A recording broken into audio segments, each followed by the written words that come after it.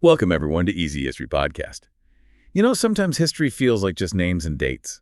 We'll get ready to dive into a story that's anything big-UT boring. We're talking about the Babylonians, a civilization that's way more complex than you might think. It's easy to picture them as one big unified empire, but the truth is much more interesting. That's right. The term Babylonian doesn't actually refer to a specific ethnicity. It's more like a label we use for a tapestry of different peoples and cultures who ruled in and around the city of Babylon over centuries. Okay, so let's unpack this tapestry. Where do we even begin with the story of Babylon? Well, the earliest mentions of Babylon are shrouded in a bit of mystery. We find it mentioned in texts from the 3rd millennium BC during the Akkadian Empire. There's evidence that the Akkadian ruler Shar-Khalishari built temples in Babylon, which suggests it held some significance even then. Later, during the 3rd dynasty of Babylon seems to have been ruled by governors appointed by the Sumerian kings. So from the very beginning, we're already seeing a mix of Sumerian and Akkadian influence. That's fascinating. But what about the people we typically associate with Babylon? Were they simply Akkadians who rose to power? That's where it gets really interesting. As the Sumerian civilization began to decline, a new group emerged on the scene, the Amorites. Think of them as the nomadic cowboys of the ancient world. They were originally from the steppes of Syria, and the settled Akkadians and Sumerians viewed them as a real nuisance, constantly raiding and disrupting their cities. So these Amorites were tough and ambitious. Did they eventually take advantage of the weakening Sumerian power? Exactly. As the Sumerian city-states struggled, the Amorites saw their chance. They surged into Mesopotamia, establishing their own dynasties in various cities, and one of these Amorite chieftains, a fellow named Sumuabum, founded the first Babylonian dynasty. That's a major turning point, you could say. It's the moment Babylon really enters the world stage. Okay, so we have this new Amorite dynasty in Babylon, but I'm guessing it wasn't an instant empire. How did they go from ruling a single city to becoming the dominant force in Mesopotamia? It was a gradual process. At first, Babylon was a bit player compared to its powerful neighbors like Elam and Assyria. Think of it like a small town trying to make a name for itself in a big bustling region. But under the reign of Sin-Muballit, the 5th king of the dynasty, things started to change. He managed to conquer the city of Isin and even challenged the powerful city-state of Larsa. Sin-Muballit definitely sounds like he was laying the groundwork for Babylon's rise. But wasn't it his son Hammurabi who really made Babylon famous? Yes, Hammurabi, or to be precise, Hammurabi. His reign from 1792 to 1750 BC was a period of incredible growth and expansion for Babylon. He wasn't just a military leader, he was a brilliant strategist and a master politician. I'm sensing some serious Game of Thrones level intrigue here. How did he manage to consolidate so much power? Well, he started by strategically forging alliances. And then when the time was right, he turned against those former allies to expand his territory. It was a classic case of keep your friends close and your enemies closer. Through a mix of military victories and shrewd diplomacy, he defeated Elam, a long-standing rival, and eventually unified all of Mesopotamia under his rule. Wow, that's impressive. He created a vast empire. But most people know Hammurabi for his famous law code. Tell us about that. Was it really as groundbreaking as they say? The Code of Hammurabi is definitely one of the most significant legal documents to survive from the ancient world. It's not just a list of laws. It gives us a glimpse into Babylonian society, their values, and their beliefs. It even outlines their social structure, a pyramid with 3 distinct tiers. A social pyramid. That's interesting. Tell us more about this 3-tiered system. Imagine it like this. At the top, you have the Awelim, the free citizens who enjoyed the most rights and privileges. Think of them like the upper class of Babylonian society, landowners, merchants, skilled professionals. Then you have the Mushkenim, who were semi-free. They might have worked for the palace, served in the military, or been tenant farmers. They had some rights, but not as many as the Awelim. And at the very bottom, you had the Wardim, the slaves, who had very few rights at all. So Babylonian law wasn't exactly about equal justice for all. It was applied differently depending on your social status. That's right. And while the code is often praised for its fairness, some scholars argue that it might have been used more as a tool for propaganda, solidifying Hammurabi's image as a just and powerful ruler. Imagine it like a giant billboard proclaiming, "Look at me, I'm Hammurabi, the dispenser of justice and order." It was a way to legitimize his rule and maintain control over this vast, diverse empire. So there's more to Hammurabi's code than meets the eye. It's a fascinating mix of legal principles and political maneuvering. But even with a strong leader and a detailed law code, empires can be fragile. What happened to Hammurabi's empire after his death? Well, Hammurabi's empire was to a certain extent built on his own personality and charisma. And after he passed away, things started to unravel. His son, Samsu-Iluna, faced a series of revolts. Remember that southern region of Sumer we talked about? It was known as Mat-Temti, or the Land of the Sea, and it broke away from Babylonian control. That was a sign that the empire wasn't as unified as it seemed. So cracks were starting to appear in the foundation of the empire, and I'm guessing those cracks only widened when the Hittites showed up. You're right. The Hittites, a powerful group from Anatolia, what is modern-day Turkey, marched down and sacked Babylon in 1595 BC. It was a devastating blow that effectively ended the Amorite dynasty. The Hittites, what a twist. Were they trying to conquer Babylon and establish their own rule? Interestingly, no. It seems they were more interested in plunder than conquest. They weren't looking to stay in Babylon permanently. They were after riches and glory. It was like a smash-and-grab raid on a grand scale. They took what they could, including, significantly, the statue of Marduk, the patron god of Babylon. Wait, they stole the statue of Marduk? I can't even imagine the symbolic significance of that act. Stealing a city's patron deity is like the ultimate power move. So what happened after the Hittites left? Who filled the power vacuum? Remember those Kassites we mentioned earlier, the group that was already integrated into Babylonian society? Well, they saw an opportunity amidst the chaos. And while the details are still debated, they managed to establish themselves as the new rulers of Babylon, ushering in what's known as the Kassite period. It seems like the Kassites were in the right place at the right time. But how did they go from being a group within Babylonian society to the rulers of a vast kingdom? Let's explore that next. The Kassite rise to power is one of those historical puzzles that keeps scholars debating. We know they were present in Babylonian society before the Hittite invasion, but how they transitioned from a group within that society to the rulers of a kingdom is still a bit murky. Some theories suggest they may have played a role in the events that weakened the Amorite dynasty, possibly even collaborating with the Hittites. Ooh, that's intriguing. A bit of behind-the-scenes maneuvering to seize power.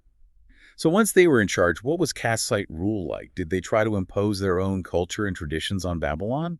Or did they embrace the existing Babylonian ways? What's fascinating about the Kassites is that they adopted Babylonian culture wholesale. They made Akkadian their official language, even though they had their own distinct language. They embraced the Babylonian pantheon of gods, including Marduk, and they continued many of the administrative and legal practices of the previous dynasties. It's a testament to the strength and allure of Babylonian culture. So in a way, the Kassites became more Babylonian than the Babylonians themselves.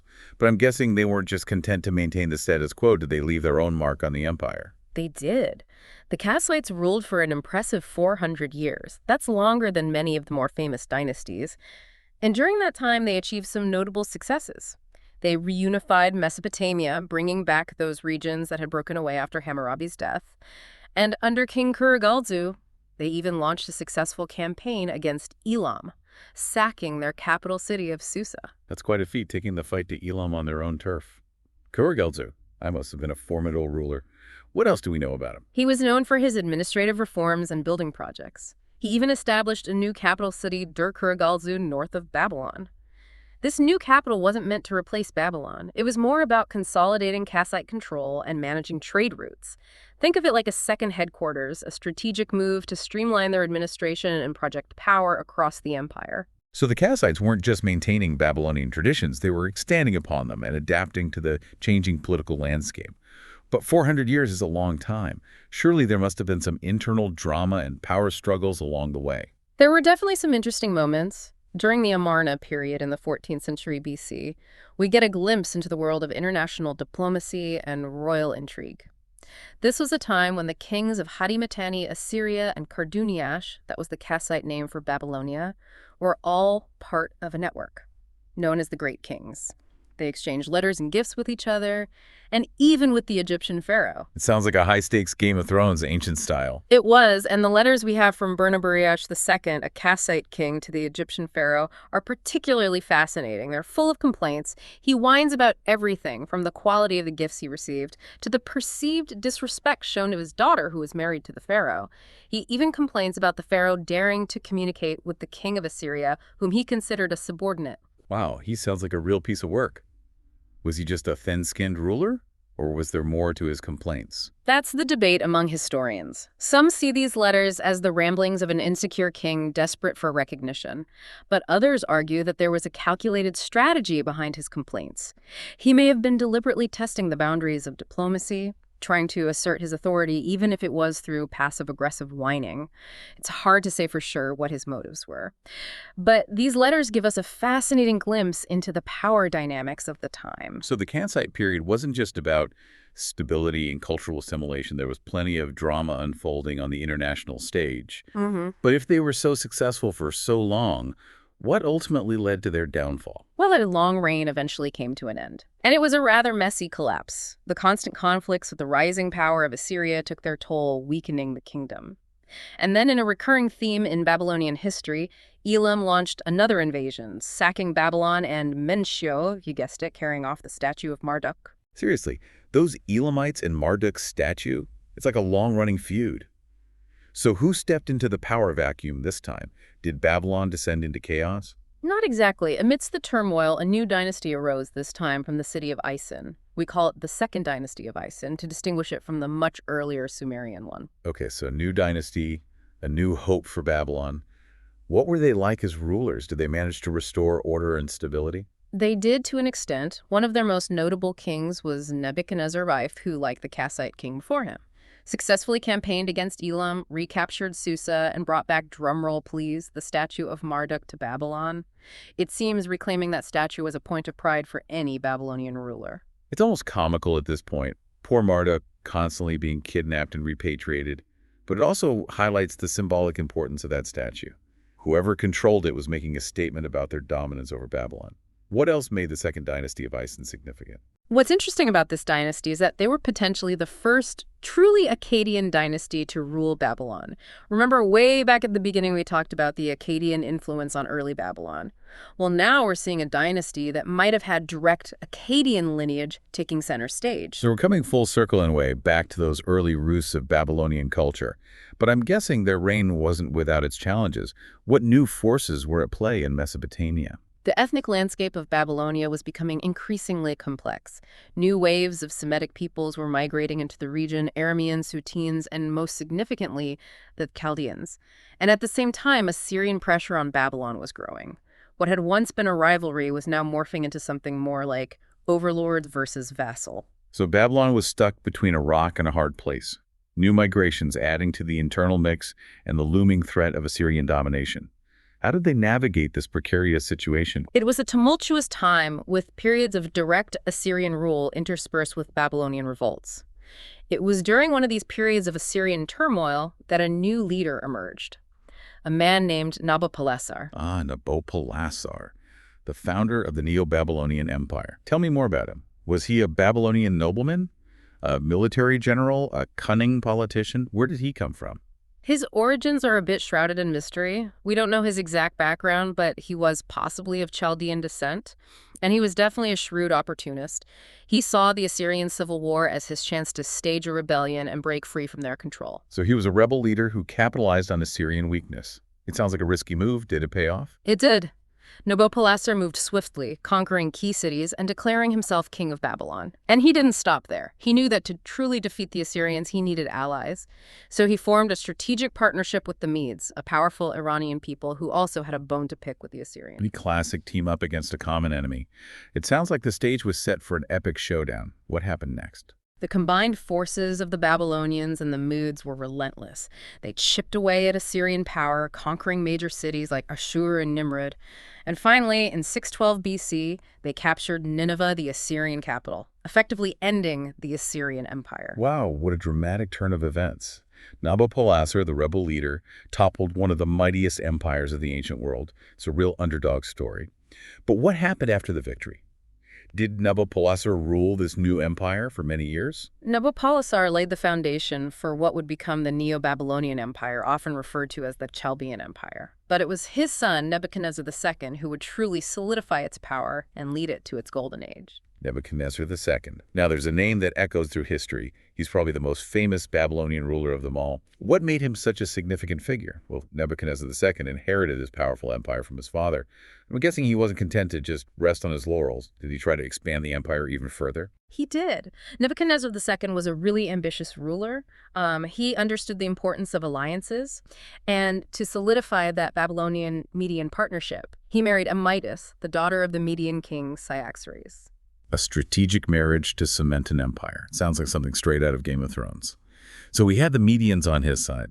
What about the other major powers in the region, like Egypt, for example? Oh, yes, Egypt. They were still a force to be reckoned with, and Nebuchadnezzar II faced them head-on at the Battle of Carchemish in 605 BC. It was a decisive victory for the Babylonians, and it really marked the end of Egyptian dominance in the Near East. Wow, that's a major turning point in history, the Babylonians defeating the Egyptians. It's incredible to think about. Yeah. But Nebuchadnezzar II's reign wasn't all about military victories. He was also known for his incredible building projects. Right, absolutely. Nebuchadnezzar II transformed Babylon into one of the most magnificent cities in the ancient world. He built the famous Ishtar Gate with its beautiful blue glazed bricks, and he restored and expanded the great ziggurat of Babylon Etemenike, which was dedicated to the god Marduk. It sounds like he was trying to create a city that would rival any other in the world. And speaking of incredible structures, we can't forget about the legendary Hanging Gardens of Babylon. Ah, yes, the Hanging Gardens. One of the 7 wonders of the ancient world. But were they really as amazing as the stories suggest? Well, that's a question that has puzzled historians and archaeologists for centuries. We have ancient descriptions of these terrace gardens filled with exotic plants and trees, watered by an ingenious system of pumps and aqueducts. But we haven't found any conclusive archaeological evidence of their existence in Babylon itself. So it's still a mystery. It is. Some scholars believe that the Hanging Gardens may have been located in a different city, or that the descriptions we have were embellished over time. It's fascinating to think that such a wonder of the ancient world could be lost to history. It is. But the story of the Hanging Gardens, whether real or legendary, continues to capture our imaginations. It really speaks to the power and grandeur of the Neo-Babylonian Empire. But as we know, all empires eventually fall. What led to the decline of the Neo-Babylonian Empire? Well, after Nebuchadnezzar II's death in 562 BC, the empire faced a series of internal struggles and external threats, and a new power was rising in the east, the Persians. Oh, the Persians.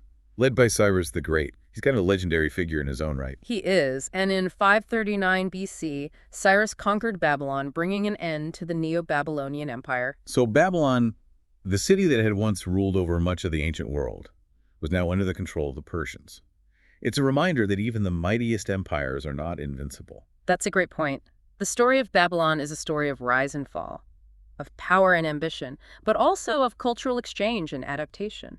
It's a story that has captivated people for millennia. And as we've seen today, it's a story full of twists and turns, from the rise of the Amorites to the conquest of Hammurabi, from the reign of the Kassites to the splendor of Nebuchadnezzar II.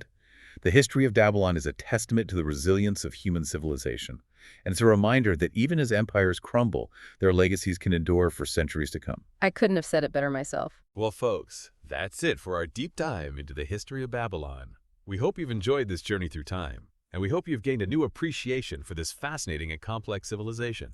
Until next time, keep exploring the past. And remember, history is anything but boring.